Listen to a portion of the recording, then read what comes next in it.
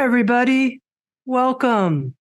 Welcome to this special Eckhart Tolle Foundation online event. I'm so glad that you're here with us. Thank you. My name's Tami Simon. I'm the founder of Sounds True, and I have had the great joy and honor of working with Eckhart Tolle since 2001. And I'm also on the board of the Eckhart Tolle Foundation and have been on the board since its inception. And it's a great joy to be your host for this special online event. During this event, you'll be hearing more about the Eckhart Tolle Foundation. Perhaps for some of you, this is the first time you'll be learning more about the foundation's history and its activities. And we're also going to introduce you to a New Earth Youth Initiative, which is a new program that the Eckhart Tolle Foundation is sponsoring. And it brings Eckhart's teachings and the experience of presence to young people who very well would otherwise not have access to these teachings and the experience of presence in Eckhart and Kim's presence. And you're going to be learning more about that. Also, as part of this online special event, we have two surprise videos. I'm not going to say much more about it, except that these videos are from some celebrated visionary humans who are expressing their support of bringing Eckhart's teachings to young people. Most of all, I want to thank each and every one of you for being with us. There's a kind of ripple effect that comes from us connecting together in this way with a shared intent to bring presence to more and more people without financial barriers to access. So it is so wonderful to be with you and to have this experience together. Oh, and of course, as part of our time together, you're going to hear from Kim and Eckhart. Did I forget to say that? Yes, indeed. That's going to happen too. And now I'd love to introduce you to someone who is the president of Eckhart Teachings and the co-founder and board chair of the Eckhart Tolle Foundation. This is someone who's very special to me personally. I've known this person for more than 2 decades now and watched her grow into her role with such beauty and dignity and the power of a generous heart. Erin Jacobson. Erin? Thank you, Tami. And thank you all for joining us tonight. I just wanted to spend a few moments and tell you a little bit about how we started and some of the inspiration for the foundation. I've been working for Eckhart Teachings since it began in 1999. And our mission has always been the same, and that's to share Eckhart's teachings with as many people as possible. Of course, back in the early days, we did not have a big team. We basically did everything by hand. It was the early days of the internet. And I can still remember like it was yesterday, folding paper flyers in the living room and packaging audio and video cassette tapes, being in charge of duplicating the audio and video cassette tapes. I was the one taking all of the phone, fax, and snail mail orders, packaging them up, and walking several blocks to the post office every day. In fact, our very first covers were actually black and white photocopies that we made at Kinko's. As you can imagine, over the years, we have received a lot of feedback from people who have been impacted by the power of now and a new earth. And some of the most impactful feedback that we've received have been letters from people in prison writing to Eckhart and expressing their gratitude, as well as telling their stories. And we have been so impacted by these letters, and Eckhart keeps every single one.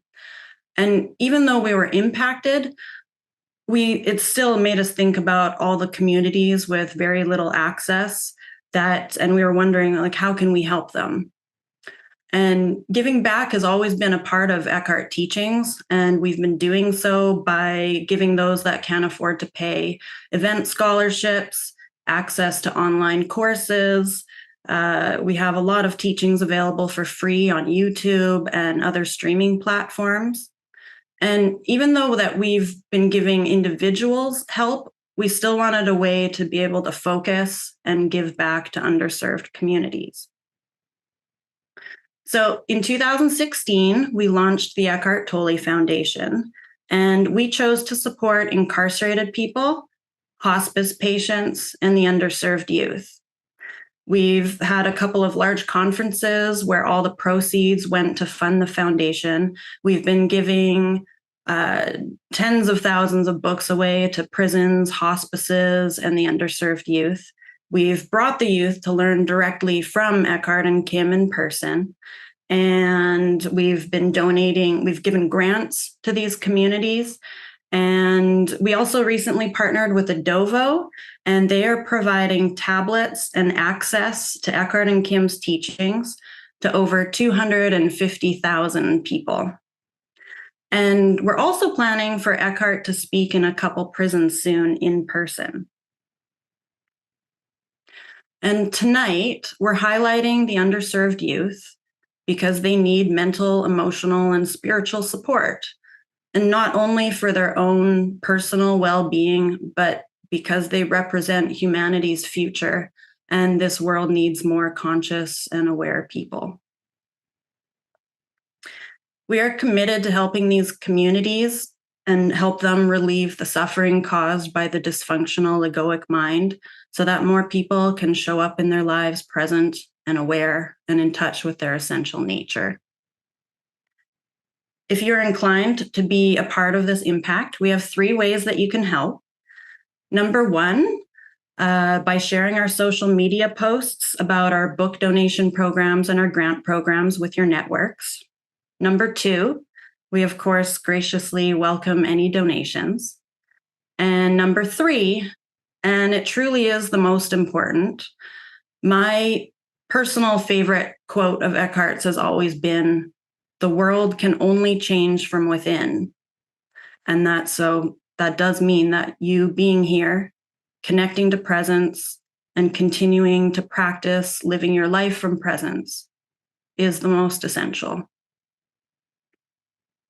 I'd also like to thank all of you, our incredibly generous donors, and our dedicated board of directors for their service, our staff and our volunteers, and of course, our executive director, Ali Weibel.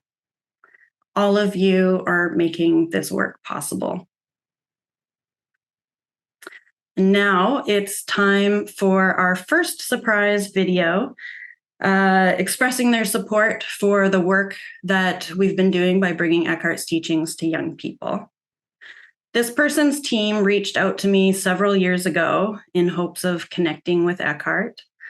And little did I know at the time what their vision was and where this connection would go.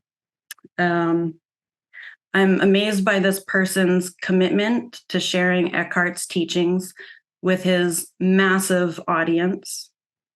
I would say that he is making spiritual teachings cool in the eyes of young people. He's definitely opening a meaningful conversation, and he's using his art and his platform to not only share his own learning and wisdom, but also Eckhart's teachings. Eckhart was featured in his most recent album, throughout his whole album, almost, Mr. Morale and the Big Steppers. He is a multi-platinum Grammy and Emmy award-winning artist. He was the first non-classical, non-jazz musician to win a Pulitzer Prize for his 2017 album, Damn. Here he is, Mr. Kendrick Lamar. I believe people can,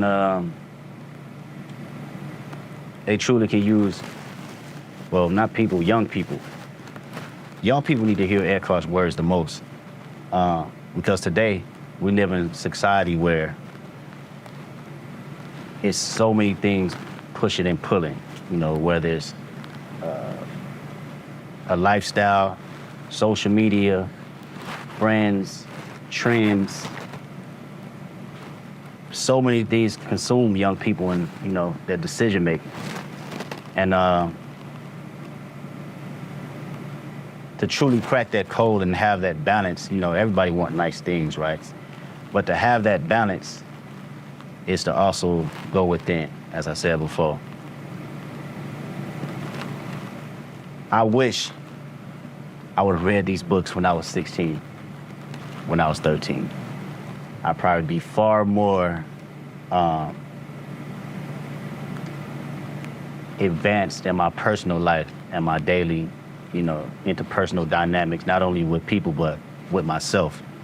But I'm fortunate enough to come across it in my 30s, right?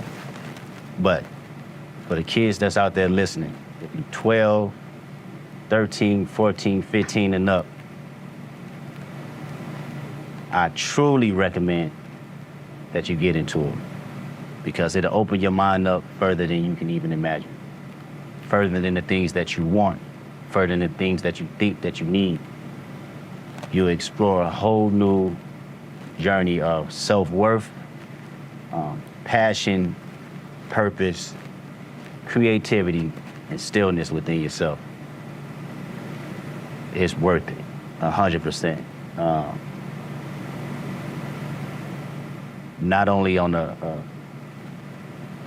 professional level, because I know everyone has dreams and goals and aspirations, but on a personal level, it plays the same rules. And when you intertwine the works between the two, things that happen tenfold for you.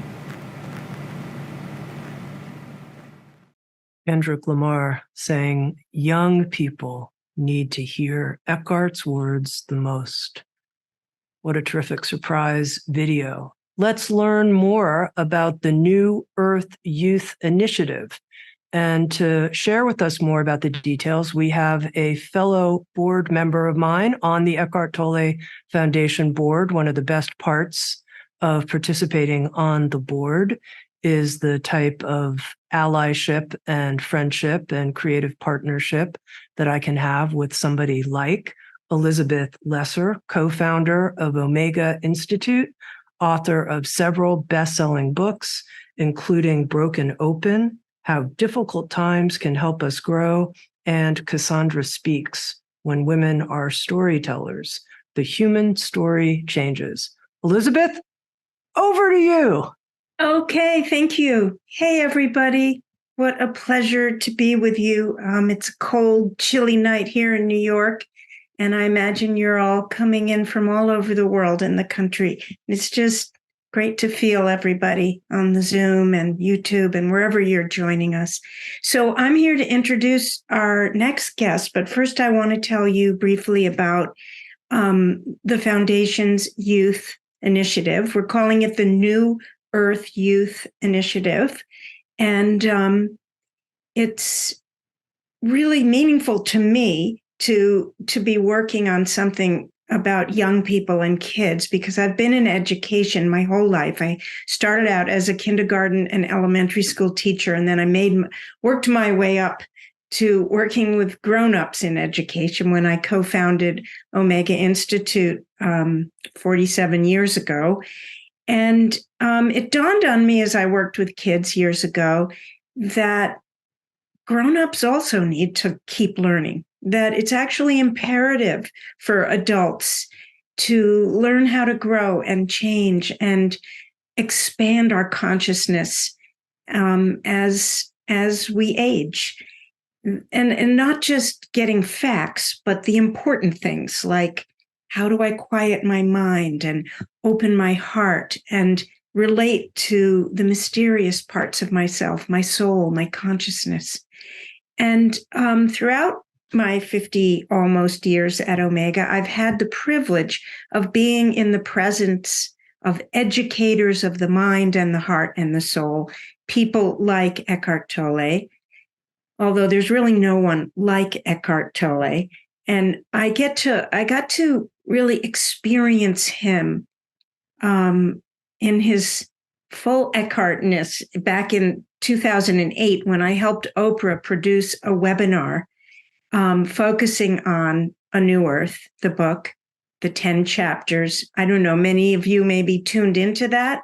Millions and millions of people around the world tuned into that webinar. I remember the first night we did it, it was one of the first things like it in the world. And the entire Chicago internet went down because so many people were trying to get on.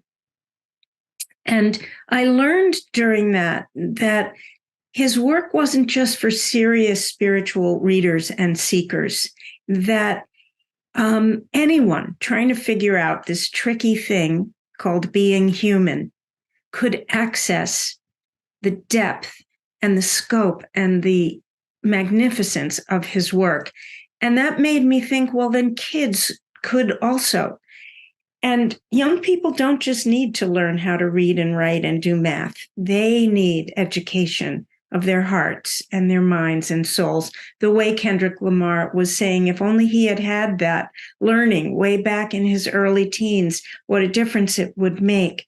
And that's why we're doing this. That's why we are raising money and spending the money we raise to do things like bringing his books to schools and school libraries, creating programs specifically for young people, like the lectures Eckhart did a few years ago with NYU students, and offering grants to like-minded organizations working with youth.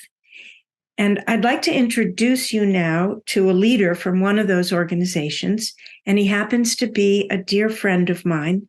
He has taught at Omega Institute for many years, and his work inspires all of us at Omega and here at the foundation greatly.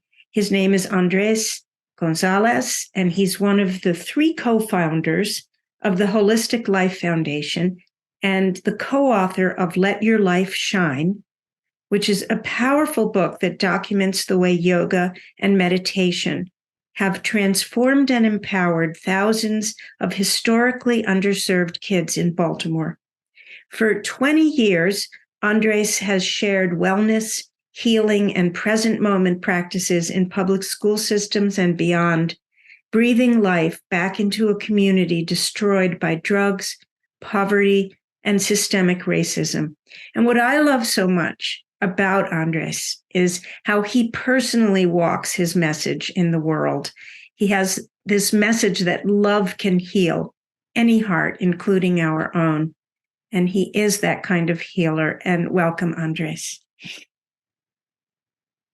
Thank you so much, Elizabeth. It's so good to see you. It's been a while. I hope you're staying warm where you're at because it's chilly here in Baltimore as well.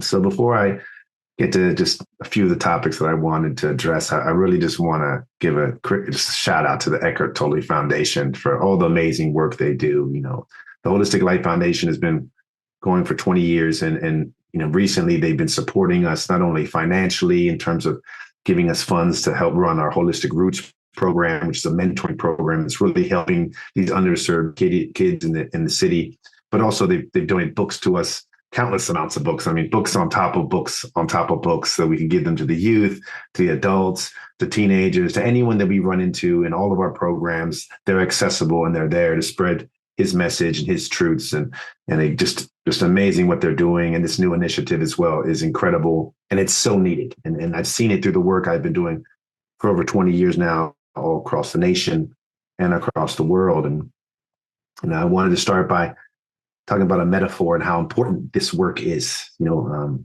our teacher, Uncle Will, used to use this extended metaphor to describe how important breath work or meditation is for people in general, but I think in particular for our youth and the transformation that it can have on them when they start using these skills and techniques to learn how to self-regulate. The way he would do it, he'd say, you know, our body's like a boat and the world is the ocean. And more oftentimes than not, our waters are calm, right? We can set our sails and go whatever direction we want to go. But if you think about it sometimes, and actually now I think about it most of the time, right? Our waters aren't calm.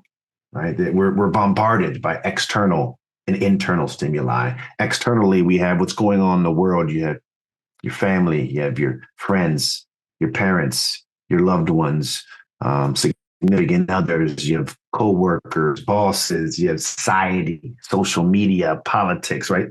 So that's smacking us around externally. That's moving our boat around. We're trying to set our sails. It's getting tougher. And then internally, the bombardment we have, our fears, our doubt, stress, worry, anxiety, trauma that we faced, whether it's, our personal trauma, secondary trauma, intergenerational trauma. So really those waters, this world is chaotic, right? And we're bombarded by this all the time.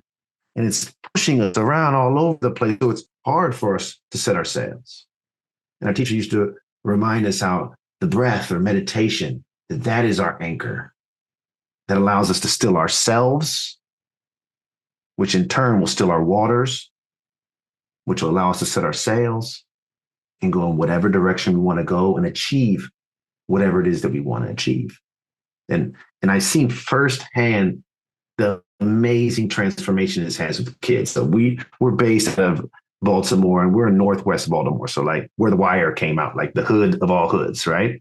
And there's a young lady in elementary school we got with her. She was from the same projects that Freddie Gray was from.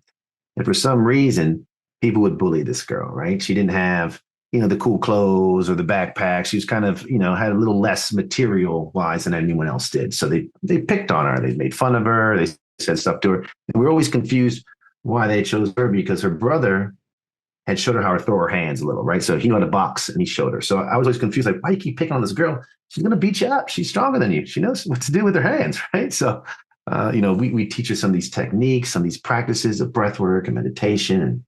And this is early on in us providing these techniques and practices to youth. And so myself and the other two co-founders, Ali and Atma, we're at this school, and we're with the principal, and we go and we're walking through the halls, and we turn the corner. And when we turn the corner, this young lady has this other lady. She's grabbed her by the shirt, and she had her thrown up against the lockers. And she's looking at her, and you can tell she is about to cock back and hit this little girl. And she looks at us, and she sees us walking down the halls. And she looks at the girl, and she looks at the guests again. And she looks at the girl and goes, "You lucky I meditate." And she lets go of the young lady, sits down, and starts breathing. And it was one of the most powerful things. Like the principal was looking at me like, what did I just see? Right. And we were like, oh my God, what did we just see? Because we seen how she was with the other kids too. So it's just so powerful and amazing to see the impact that it can have on these youth. And not only does it help them with dealing with their stress, dealing with their anxiety, dealing with that bombardment I was talking to y'all about, but honestly, some of these kids in these neighborhoods, these techniques and practices that we're talking about, that this New Earth Youth Initiative is focusing on, will help these kids so much that in some cases, it may end up saving their lives. Because now they're no longer reacting to what the world is throwing at them, but they're learning to still themselves, and they're able to respond. And Elizabeth mentioned I'm a big love guy, which I am, as you can see by the close. And I just think love is the most powerful force in the universe. And I think that these techniques in particular, one of the things I think when youth learn to go inward, like Kendrick was talking about, 13, 16, learn how to still those waters, learn how to be able to go inside and just be. Remember, we're human beings. When they learn that, they gain this sense of love, self-love. They learn to love themselves. And then now when they're looking out at others, they're more empathetic. They're more compassionate. They start seeing themselves in everyone and everything. Now they're not alone. Now they're not so disconnected to anything. Now they see the interconnection between themselves and everyone. They're not just their corner anymore. They're not just their block. They're not just the east side or west side of Baltimore. They're not just Baltimore or Maryland or the United States. They're not just this country, this continent. They start seeing that universal self, that omniscient, omnipotent, omnipresent self that they truly are. And that's when you see that transformation occur. And it's so beautiful, and it's so powerful, and it's so needed in the world that we're in right now. And it's amazing. And so kudos to this foundation and the initiative they're making. I have two other things these two quotes that Eckhart has in his books that I just wanted to talk about because they really ring true to some of the stuff and the synchronicities and the synergies that we're doing with the Holistic Life Foundation that are with his work. So one of them is from The Power of Now. And our teacher used to always talk about how the only time that exists is right now, right? And Eckhart says, as soon as you enter the present moment, all unhappiness and struggle dissolve. And life begins to flow with joy and ease. When you act out of the present moment awareness, whatever you do becomes imbued with a sense of quality, care, and love. And our teacher used to always say, he said, the past causes anger. Someone said something to you, they did something to you, you might regret something you did. The future causes anxiety. What's going to happen? What am I going to do with myself? What's going on? But when we teach these youth to be in the now, which is the only time that exists, right? The past is gone. The future's never getting here. But when they learn to live in this now moment, this present moment, this present, it's a gift. That's the reason it's called the present. It's so powerful. And what we're doing is we're allowing these kids to remember that they can access that whenever they want to. And that reminder is something my teacher used to always say. He says, I'm not a teacher. He used to hate it. I'm not a teacher. I'm a reminder. I'm a conduit. And Eckhart talks about that too. And Stillness speaks. A true spiritual teacher, he says, does not have anything to teach in the conventional sense of the word. Does not have anything to give or add to you. We have it all already, right? Such as new information, beliefs, or rules, or conduct. The only function of such a teacher is to help you remove that which separates you from the truth of who you already are and what you already know in the depth of your being. And that's what this initiative is going to be able to do, y'all. So really, we need your support. We need you to tell your friends to tell a friend. We need y'all to really understand the impact that this can have. If we can take kids from inner cities, underserved communities who have never had a retreat experience, never even left their city, they get to go hang out with Eckhart. Like, I want to go to the retreat. You know what I mean? So for real, special shout out to the Eckhart Tolle Foundation, all the amazing work that they're doing. Thank you for continuing to support the Holistic Life Foundation. And please, all of y'all, please do the same. Support as much as you can. This New Earth Youth Initiative is so powerful. It's so incredible. We're honored to be a part of it here at the Holistic Life Foundation. I'm honored to be here. And I really just love to all of y'all. And don't forget that love is the most powerful force in the universe. Thank you. Thank you, Andres. Bring in the heart. And it's time for our next surprise video. I notice when I say that, I imagine like there should be confetti and music and, sounds that go like rocket ship kind of. Okay, in a moment. And this next surprise video is from a quintessential multi-hyphenated artist, a Grammy-nominated singer-songwriter, actress, New York Times best-selling author, Jewel. Jewel is also the founder of the Jewel Never Broken Foundation, which works with children and at-risk youth to give them the tools that they need to develop and grow into whole human beings. And I want to connect a few dots for you here before we hear the surprise video from Jewel. Andres mentioned that the Holistic Life Foundation is part of the support, partnering with the Eckhart Tolle Foundation in an upcoming retreat for young people to come be present with Eckhart and Kim in a retreat and environment. The Jewel Never Broken Foundation is also partnering with us, as is Echoes of Hope. A shout out to Echoes of Hope and other nonprofits who work with youth. And we're identifying 100 young people who can travel to Southern California and attend this 3-day retreat with Eckhart and Kim at the end of May. And we're specifically raising funds. This is the current focus of our New Earth Youth Initiative coming up in 2024. One aspect of it is to raise funds for the travel and the food and the lodging for these 100 young people to be part of this retreat experience.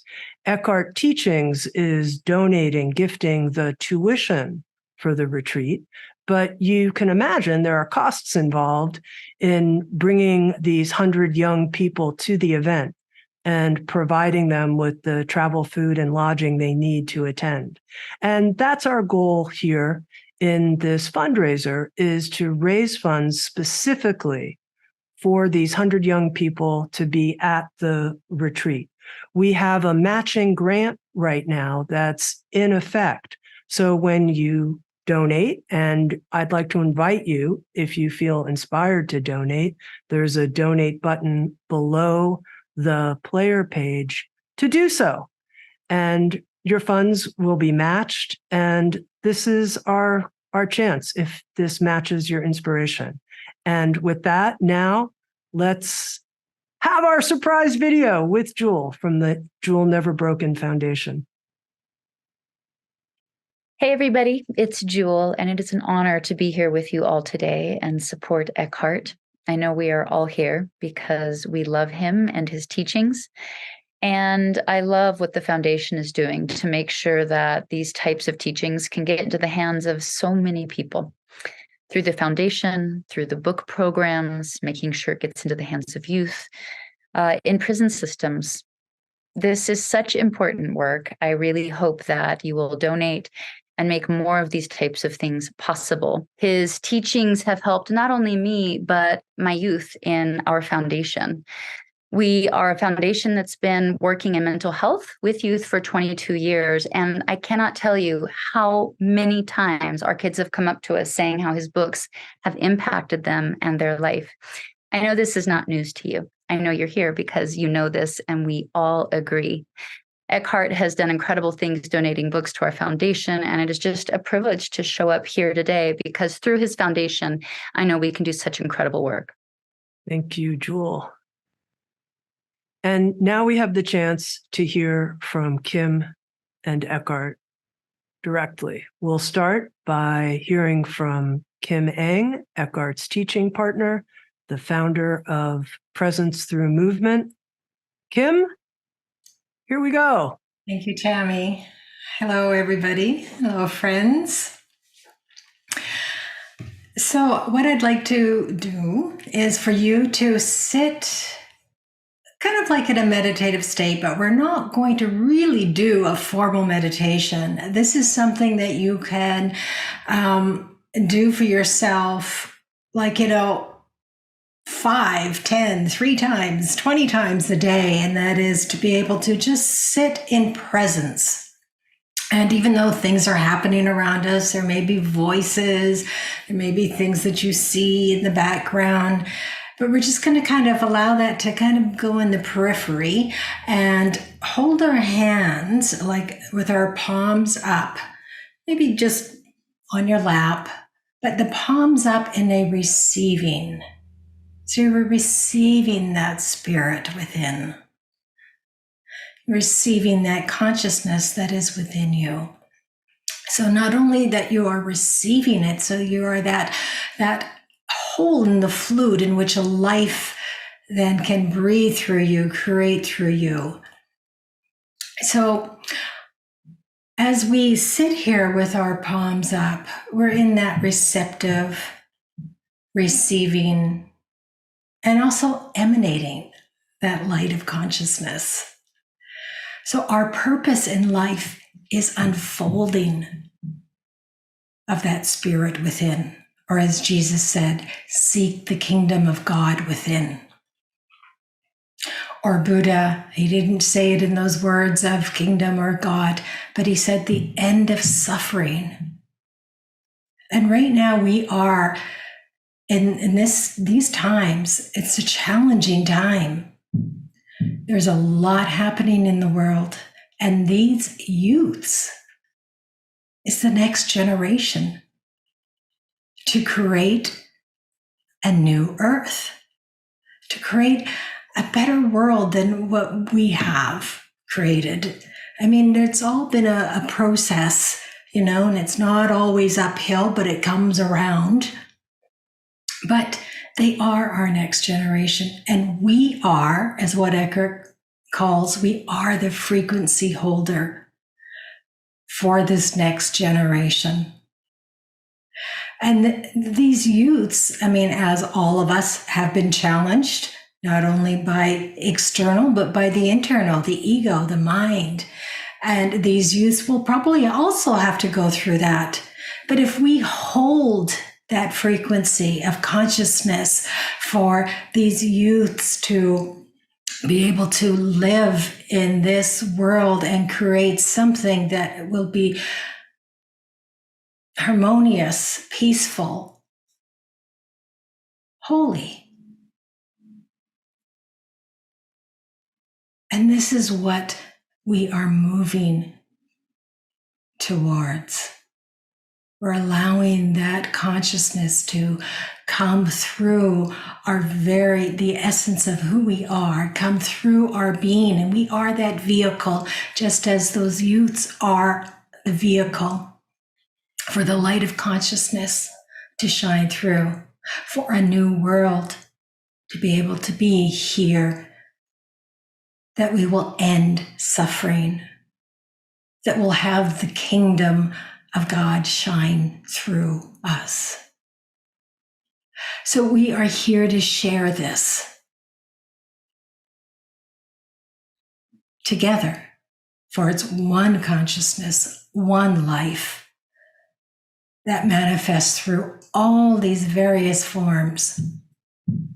So we have our part, we each have our part.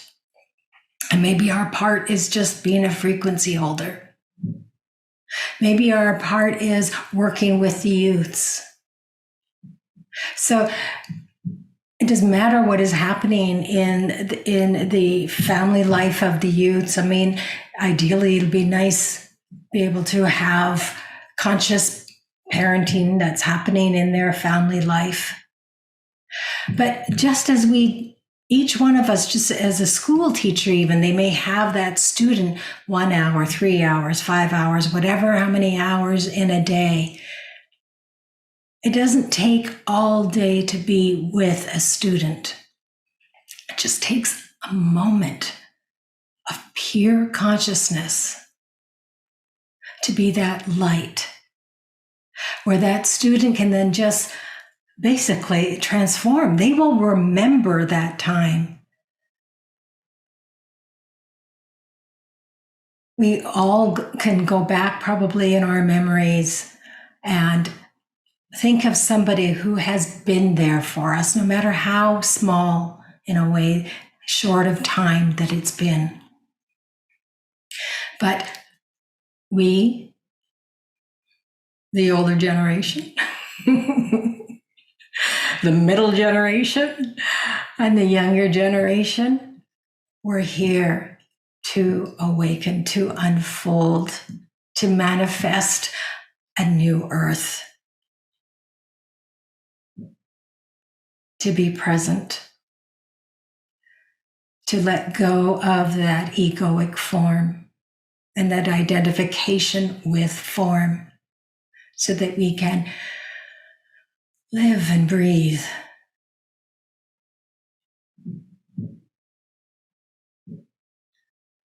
Be conscious. So these youths may be the next leaders of our country, of the various countries that are around. And so shall it be. But will they live and be a leader, be the vessel in which consciousness can use their speech, use their mind, use their bodies in the sense of the creating and living, bringing together a global peace. Now, we don't know what that requires, whether that means we go deeper into, as a collective world, deeper into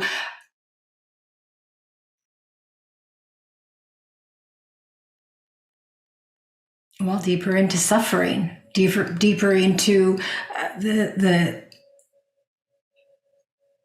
the fall of, or the end of maybe of a civilization. We don't know that. We don't know what's going to happen, but we do know, and I know that life comes around.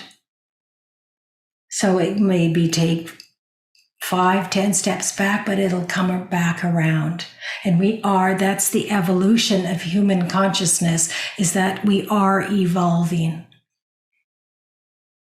So, and what can we do but be present? Accepting what is in this moment. And maybe there's a lot of challenges that is happening in this world at this moment. But we can go deeper into that space consciousness, so we can be that frequency holder.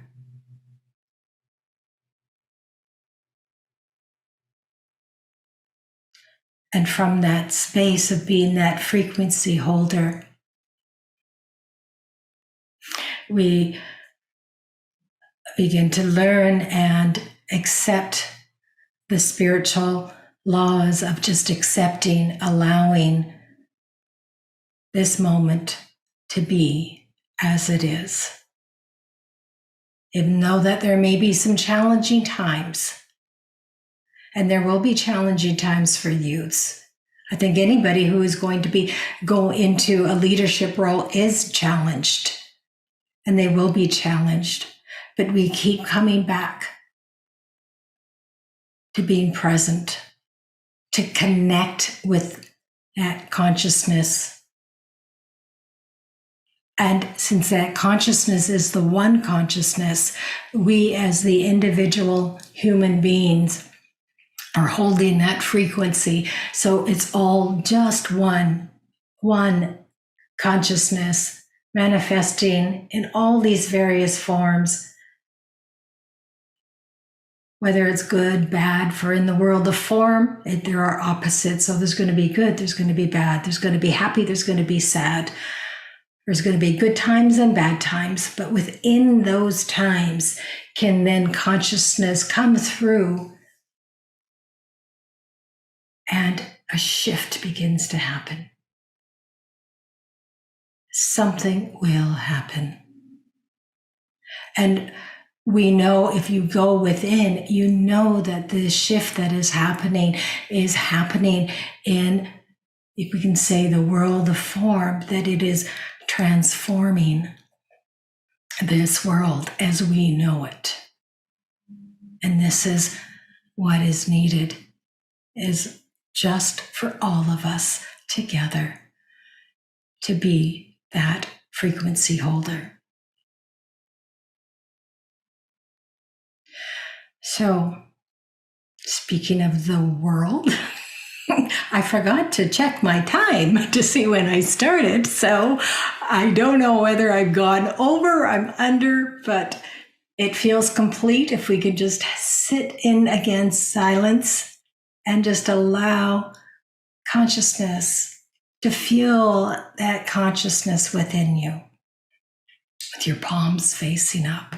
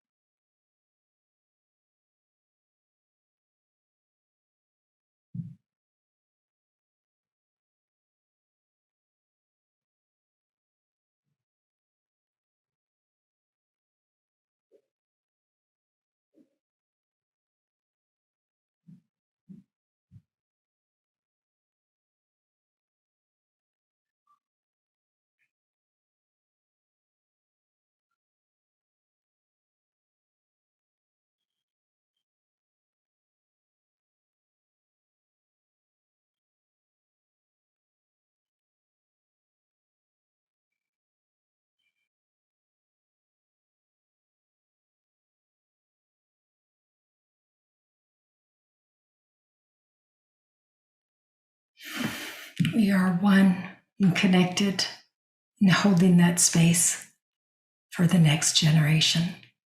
Thank you. Thank you, Kim. And now, over to Eckhart.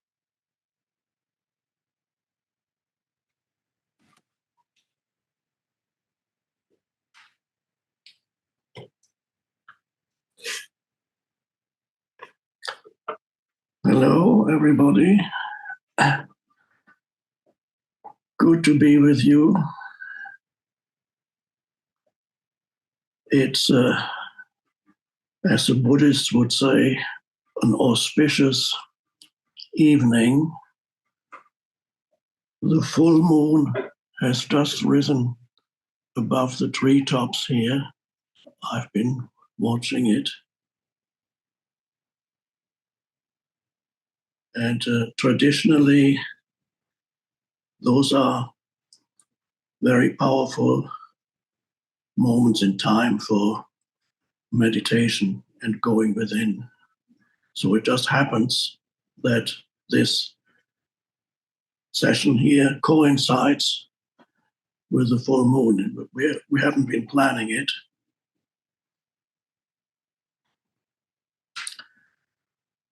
And the moon is incredibly still. It rises.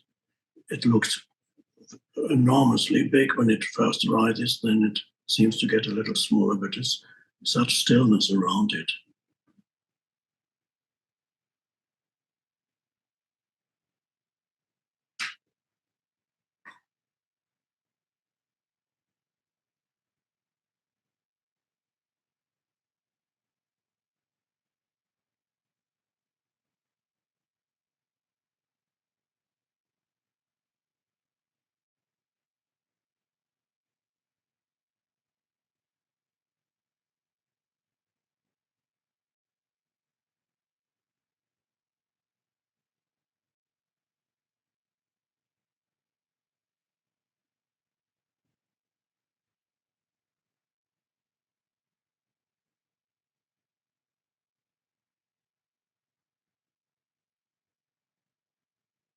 It's challenging being a human being.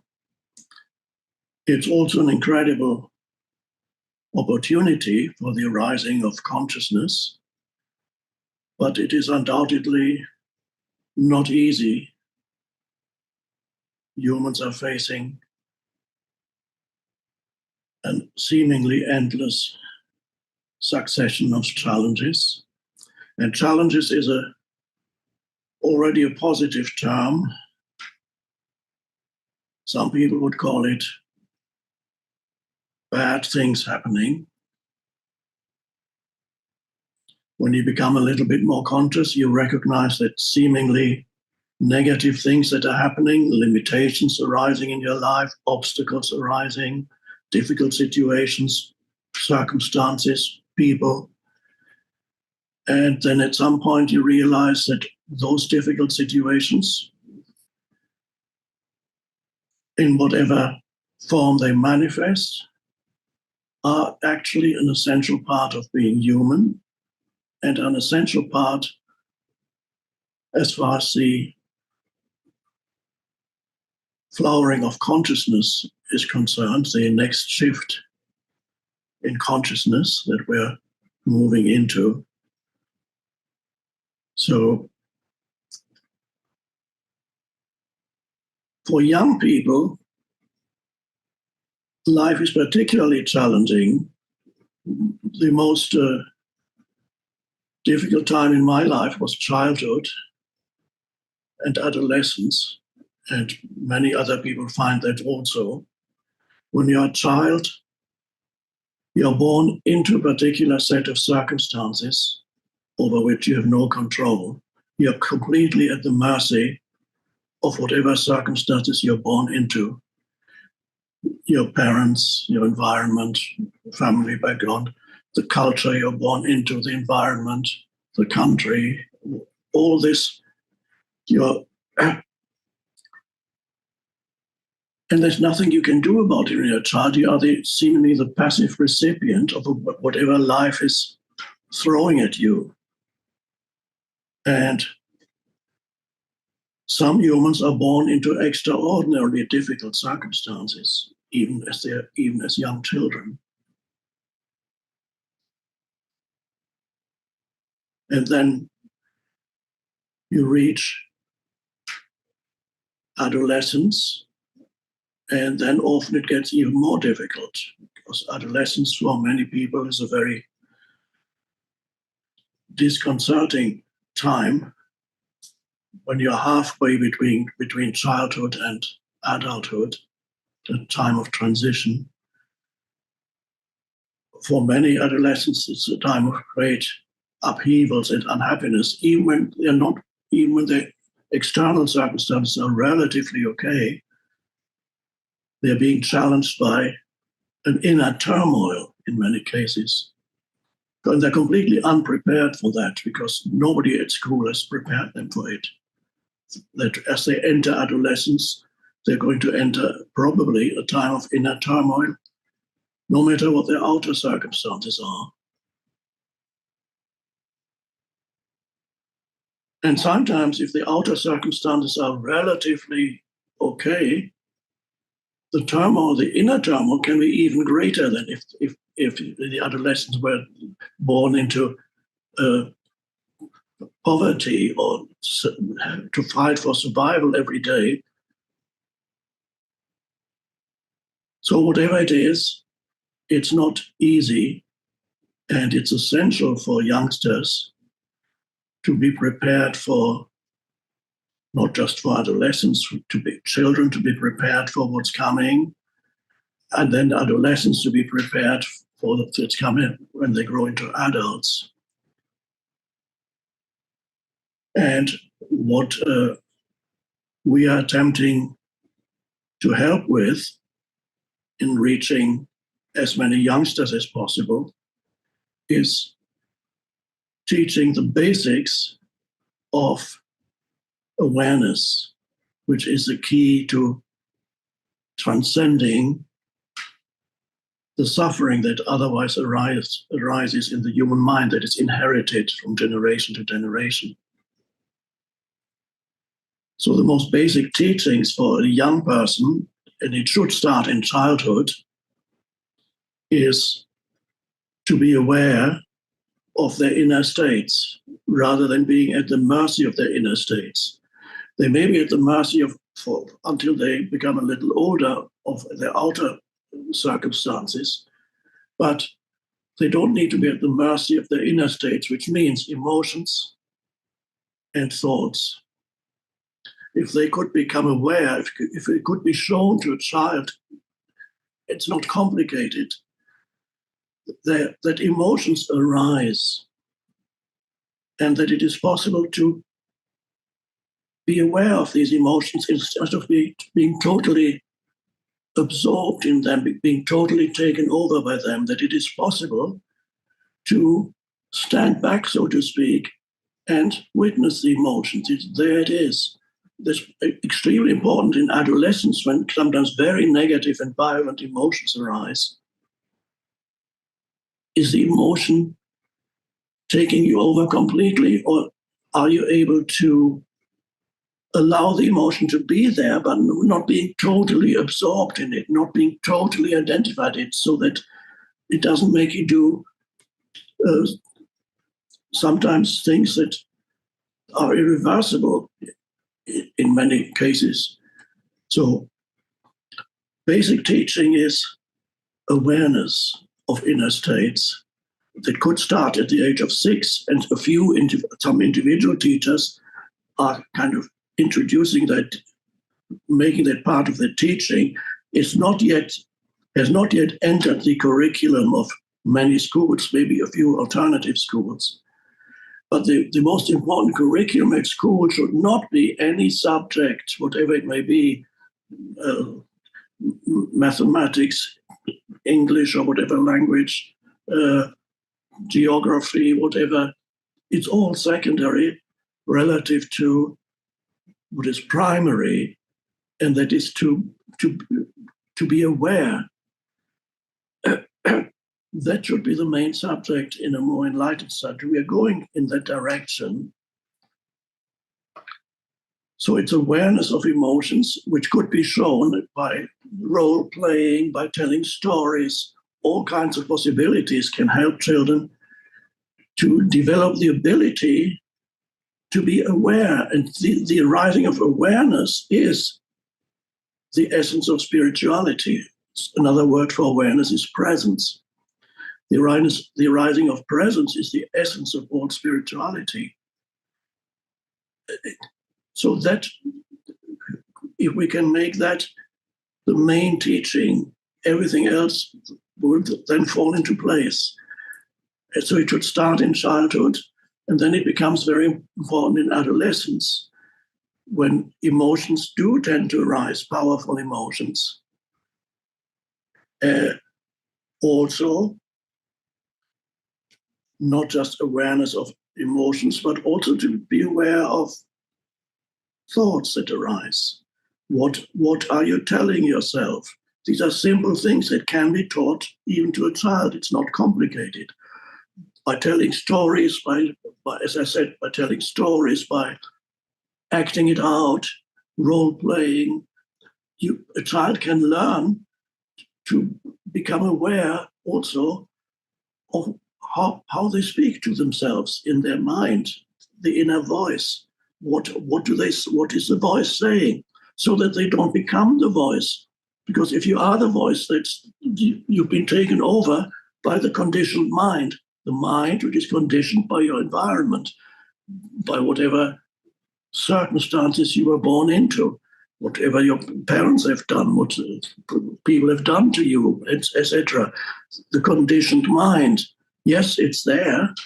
You can't get rid of it easily, but you don't need to be totally absorbed by it, not totally identified with it. So what is your mind saying? What is it doing? Simple things could be taught to children, and then gradually that ability grows, the ability to stay aware when difficult things happen, as they will in every person's life.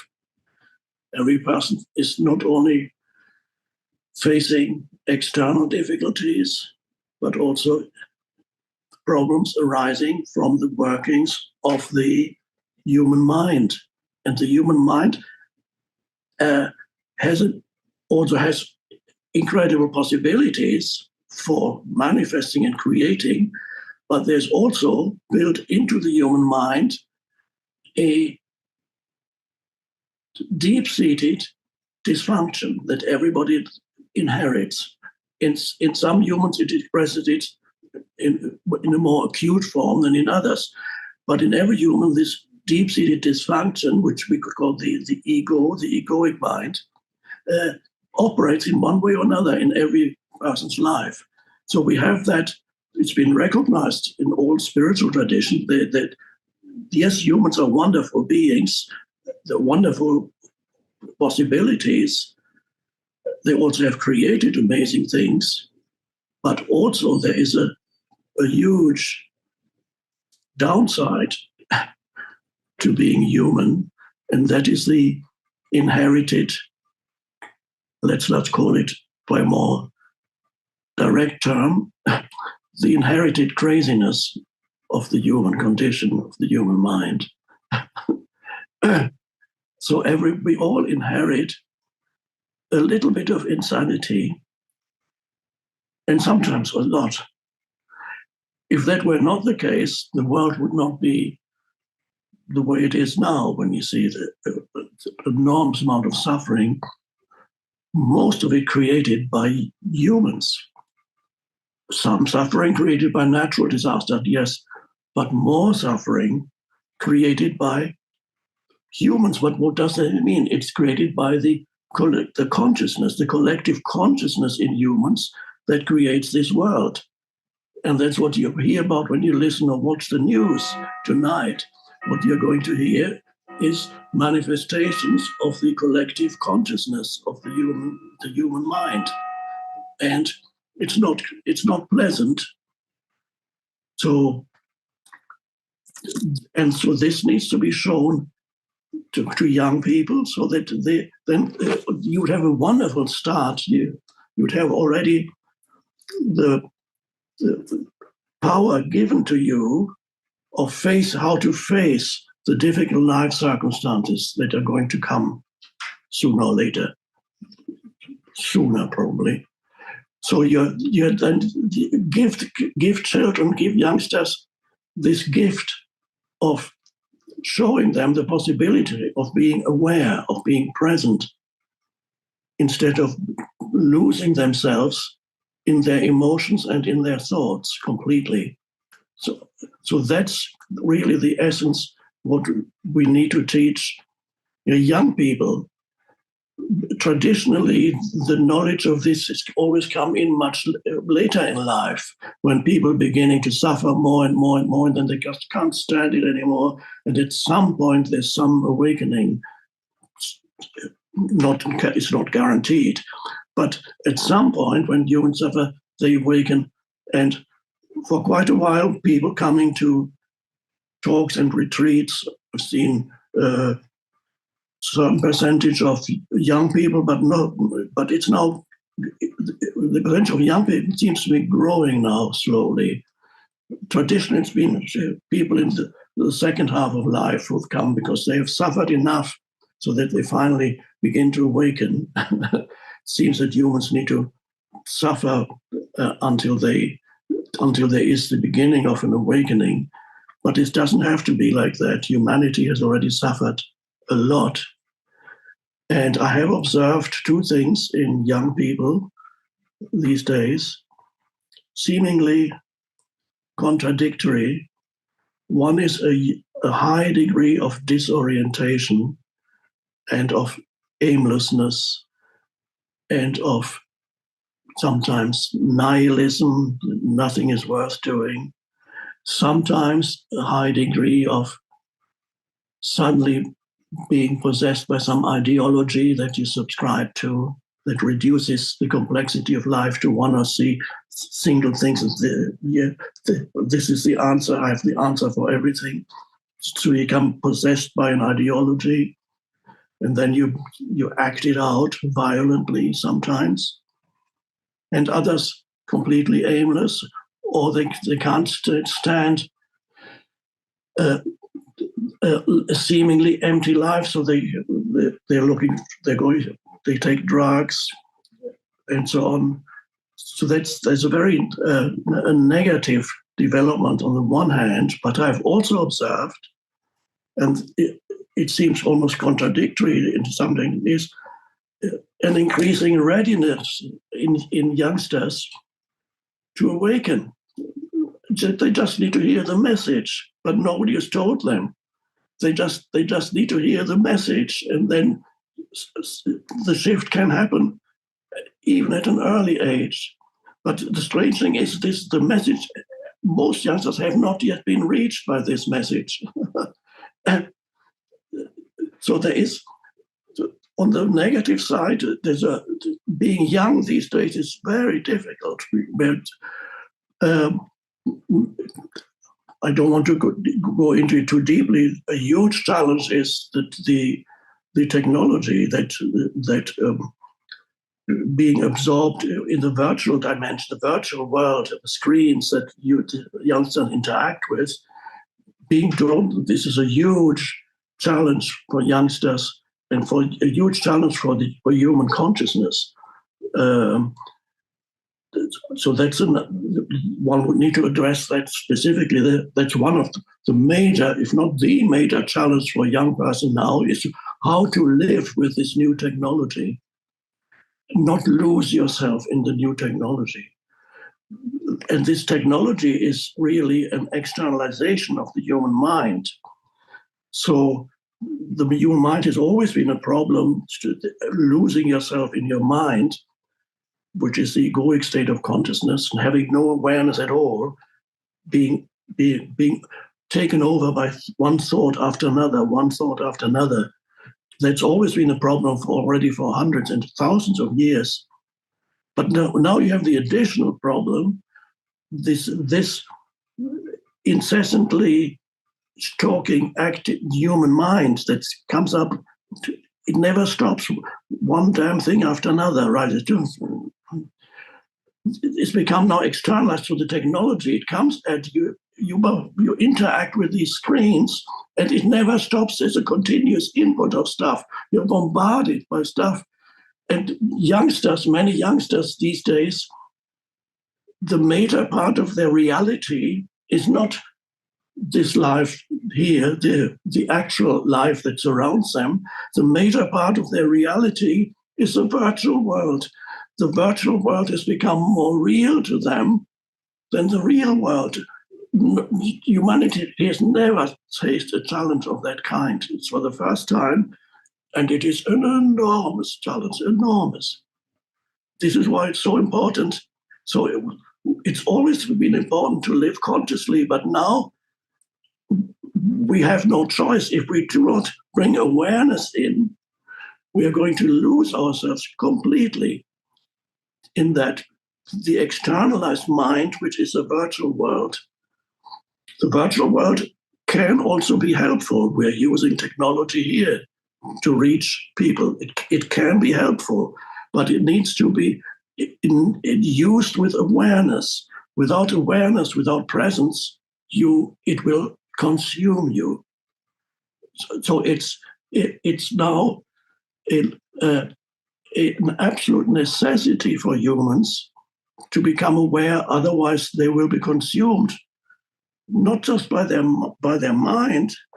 They will be consumed by what they have created, the externalized mind, the virtual mind. They will be consumed by it. So and this is the greatest danger for human consciousness, the greatest challenge, greater than any other challenge in the external world. And great. So it's so important now. Only awareness can liberate us from all that. So the teaching, then the main teaching, otherwise we are actually confronted with a life-threatening situation in technology.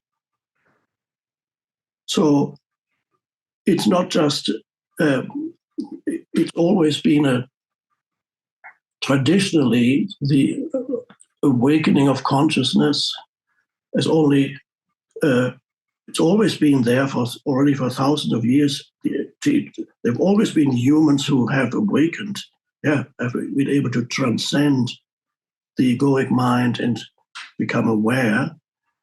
But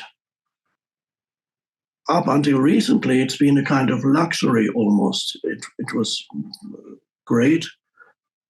Some humans were able to realize it, many through the existing religious teachings, although the religious teachings to a large extent have also become corrupted and misused by the human ego to a large extent.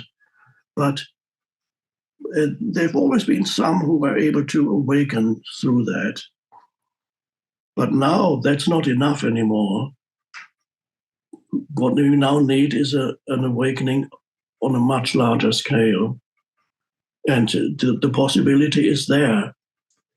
When I talk to youngsters, and I want to do it much more, I've given talks at some universities. I've spoken at Stanford and New York University. And at first I wasn't sure. The first time I wondered what they're going to make of it. And I was amazed how open they were to the teaching. And some said, wow, I've never heard that before. So the openness is there. And we just need to create channels so that they can be reached with this message. And the message, basically, if I wanted to express it define it in one single sentence, the message is that there's more to you than meets the eye. There is a possibility of accessing a deeper or higher state of consciousness. There's a dimension of consciousness in you just waiting to be discovered. You don't have to achieve it, because that means you need a lot of time to get there. It's not something, the awakening is not something you need to achieve. It's something you discover. To show that to youngsters, and not just conceptually, but experientially, to show them the possibility, for example, of being aware of the way in which they talk to themselves in their head. Just what are you saying to yourself? There's already an awareness. Or the possibility of discovering between two thoughts, there's a space. We call it stillness. Oh. And again, everything in this world goes against that. Every device that you have with a screen on it is trying to obscure, to prevent you from accessing the dimension of stillness, because it's the opposite of stillness. It's stuff getting at you, content, stuff.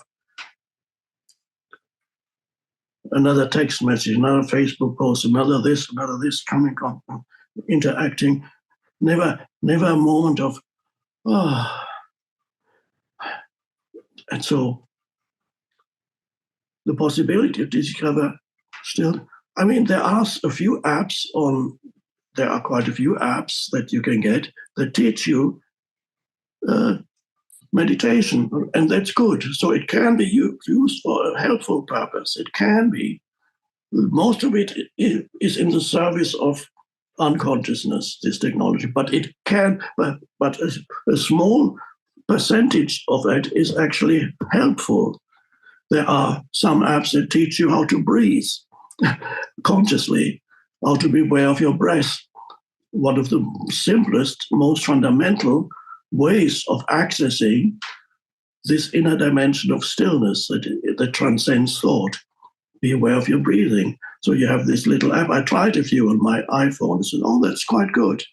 So it goes, you can choose the duration. It goes, breathe in, inhale, and it goes tick, tick, tick, tick. Hold. Exhale. Tick, tick, tick, tick, tick. Oh. Inhale. Hold. Exhale. Hold. Well, and what happens when you follow that? The mind becomes still. So it can be used in a constructive and helpful way. It can be. 90% of it isn't yet. But so we need to use it skillfully with awareness. Without awareness, it will destroy you. With awareness, it can be a wonderful thing, this technology. And then you may have heard about the latest developments of AI, artificial intelligence. It does the most amazing things. You can ask it to write an essay on some subject, and it'll write it within 5 seconds. It would take you 5 hours to write that. It might not be as good. It can do amazing things. And so quite soon, perhaps, the AI will be better at thinking than the human mind. So that's another reason for going beyond thinking, so discover a dimension in you that is actually higher and more powerful than the dimension of thinking. It's time now, because otherwise it'll defeat you. It becomes better at thinking than you are. So you have to rise above thinking. The way we are able to use your mind and use the technology but are not consumed by it. You are above it. And that is presence, that is awareness. So this is a wonderful thing, but this is an incredible time we live in when things are extremely challenging. One could say, who knows where it's going? It could go very, very wrong. It could. Or it could be the very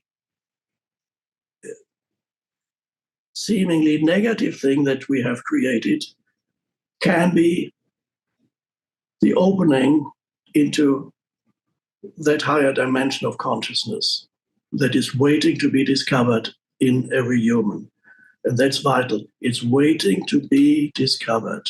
It's dormant in you. And so that's, children need to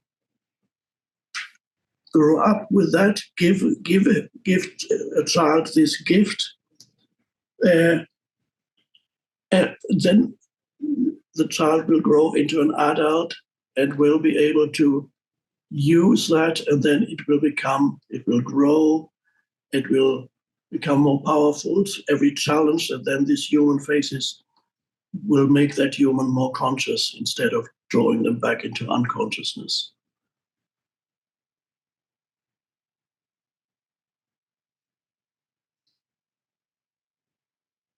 But of course, always, no matter in what way you become engaged in this, it always comes back to you have to live it. You have to live it every moment, and every moment is always this moment. In a way, one could say there is no every moment, there's only this moment. It just looks like lots of moments, but it's only ever this moment. And this is the only moment where you can live the state of presence. And you can sense that power of presence within you, beyond the thinking mind, beyond emotional fluctuations. We can call it stillness, but it's much more than stillness. It's just a word, but let's call it stillness. Discover the stillness that is always waiting. It just was obscured.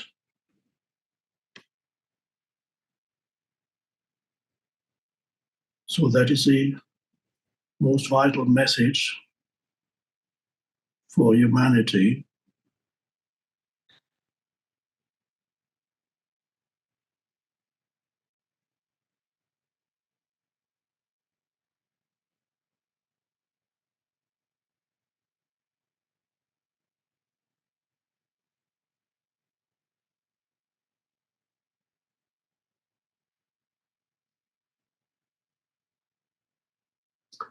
I want to thank all of you for participating in this, realizing its importance, and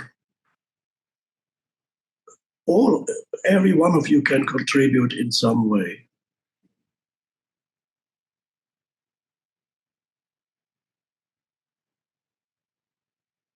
And perhaps the most important contribution, I think Erin already pointed it out earlier, the most important contribution, of course, is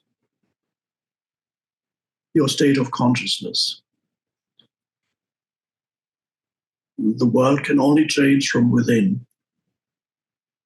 What the world humans create is a manifestation or an externalization of the collective consciousness.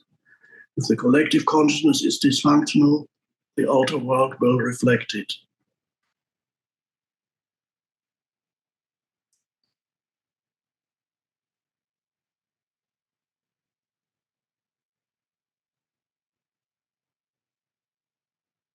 So thank you for being part of this. It's nothing could be more important.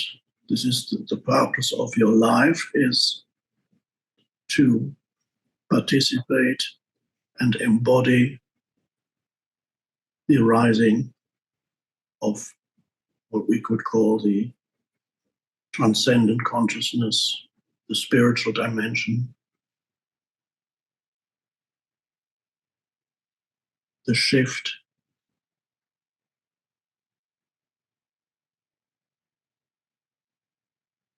And then what arises is as the book that I wrote, I guess it was written through me, a new earth then arises naturally as a reflection of the collective consciousness.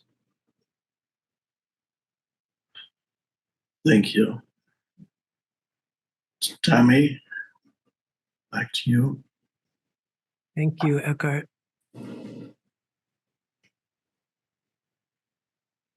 Here, as we come to a close, I just want to underscore I've had the pleasure and privilege of watching Eckhart teach some groups of young people. And I've seen their openness, and I've seen, as Eckhart described, in many young people, they just need to hear the message, and how it was lights going on so quickly, and I could see it in their eyes. And I have to say, some of the happiest experiences I've had at Eckhart Tolle Kim Eng retreats has been watching those lights go on behind the eyes of young people. And so I want to thank all of you for being with us here as we more formally launch, moving into 2024, the New Earth Youth Initiative, as has been said a couple of different times, in terms of your contribution to the Eckhart Tolle Foundation, living with presence, the alpha and omega of it all. Additionally, if you feel inspired, we would love for you to help spread the word about the Eckhart Tolle Foundation. Many people are just learning about it. You can do this by resharing our social media posts and our newsletters. We'd also love your ideas about how Eckhart's teachings can reach different populations in creative ways. One way, through book donations. If you have ideas for where we can donate Eckhart's books, you can access a request form at eckharttollefoundation.org.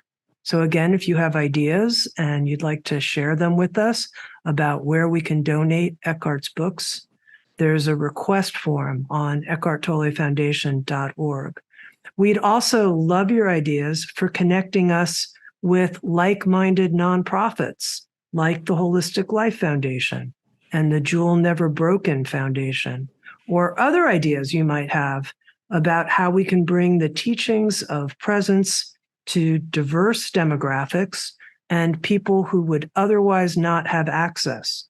You can write to us, and you might want to write this down, outreach@eckharttollefoundation.org. Perhaps creative ideas have been emerged in you from being part of this special online event. Write to us at outreach@eckharttollefoundation.org. If you would feel inspired to donate to the Eckhart Tolle Foundation, I also warmly invite you to do so. You can scroll below the player, and there's a donate button there. And again, to repeat, your donations will be matched in the coming days and will support programs like our New Earth Youth Initiative and the 2024 prison teaching tour that's coming up that you'll hear more about as well. Also, finally, if it matches your inspiration, you can include the Eckhart Tolle Foundation in your estate planning and in your will. Okay, to conclude now, Eckhart, would you be willing to lead us in some moments of connected stillness together? Yes, Tami, I am willing. Wonderful. So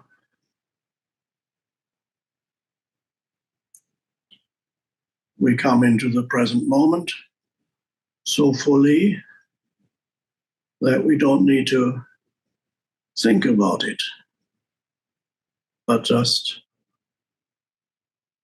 sense the present moment, the stillness, the power of stillness.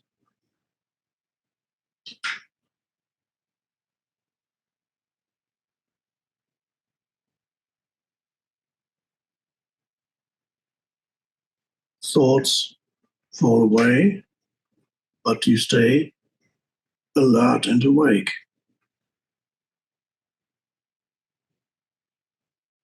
And there's the stillness.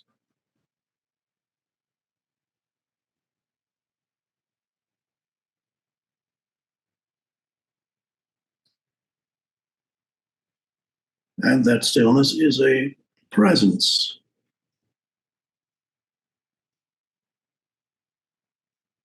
It is the presence of consciousness.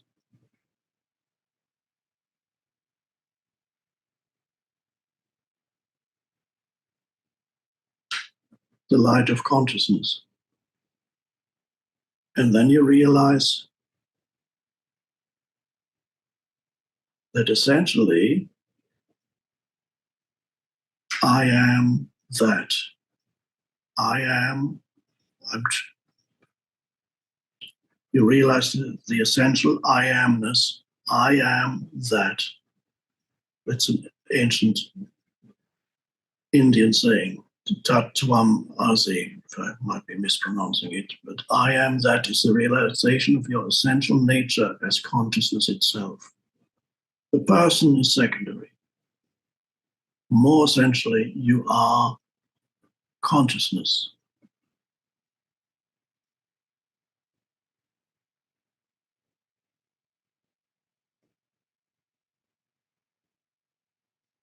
And you can sense that as an essential aliveness or alertness. It has no form.